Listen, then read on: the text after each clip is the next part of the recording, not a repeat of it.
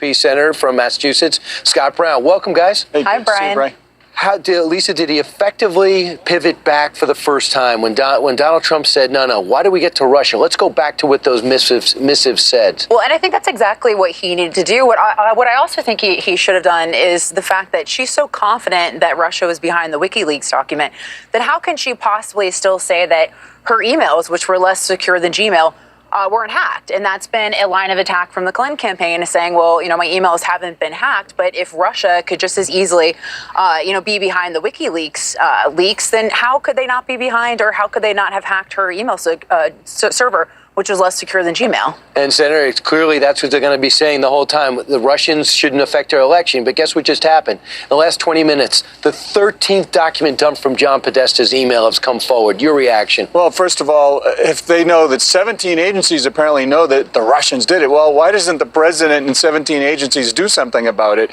Because clearly they haven't, and there's no evidence that's come public, at least like real evidence. Then do something about it. And the Russians are coming. They're trying to deflect, taking away from the fact that what's coming out on those emails is exceedingly damaging. All right, let's talk about the pay to play on the foundation. And when there was an opportunity here for Donald Trump to score big time on this, maybe for the first time, and because Chris Wallace brought it up, let's listen.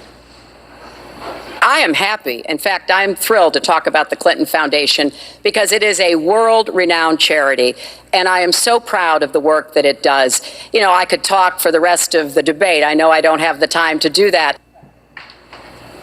Lisa? Well, I'm so glad that this was brought up because the media has been so willing and complicit in prosecuting the case against Donald Trump, but they've been hands off with her. I mean, you look at 7 hours and 30 minutes dedicated to these women coming forward with Donald Trump, but only a little over an hour dedicated to the WikiLeaks information. So I'm so glad that someone is hitting home with the Clinton Foundation, but also the email scandal. Right. I mean, this is a woman who has been involved in collusion, corruption, and has put her national security at risk. Scott, but he didn't maximize it. No, he didn't maximize it, but I thought he did a brilliant job actually talking about the fact that she's getting millions and millions of dollars from these countries that basically kill, obviously, gays or others that you don't agree with. Obviously, the way they treat women is just completely contrary to the package that the Clintons and the Democrats are trying to push. And once again, she just kind of, fluffed it off and she tried to pivot away.